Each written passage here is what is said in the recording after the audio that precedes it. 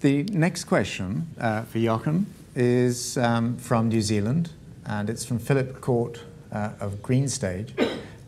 Jochen, given that the safe limit of carbon dioxide in the atmosphere is 565 gigatons to keep below 2 degrees of warming, and fossil fuel extraction companies have about 2,795 gigatons on their balance sheets, what can we do to prevent business as usual causing what appears to be inevitable? I'm surprised that New Zealand is still up. They're excited. Well, I think, first of all, we need to account for our environmental impacts, measure them, and look at them as a debt. When you talk about those gigatons, what does it really mean? Yeah.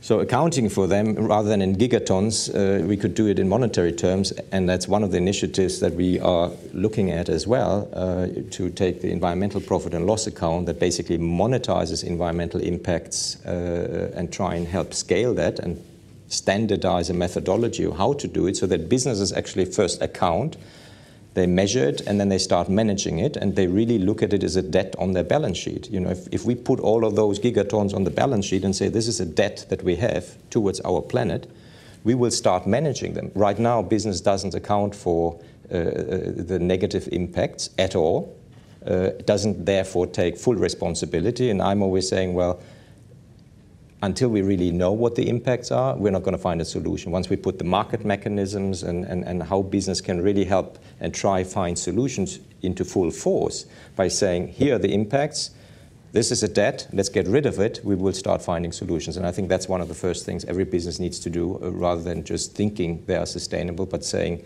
well, where is the unsustainabilities that we can actually go about finding solutions?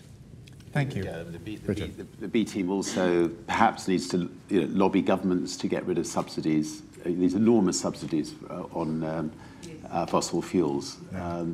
And if they get rid of the subsidies on fossil fuels, give all that money back in people's pay packet, so that the poorer person actually gets the benefit of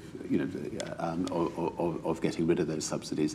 I think most of us in the B team would feel that you do need a carbon tax. And again, if you have a carbon tax, then again put all that money back in people's wage packets, so that 100% of the money goes back into people's wage packets. And I think unless you do those two things, we're never going to get on top of the problem. I mean, it really does need a global approach, and hopefully, by business leaders standing up and saying that's necessary. It's more likely, I think, for governments to push it through.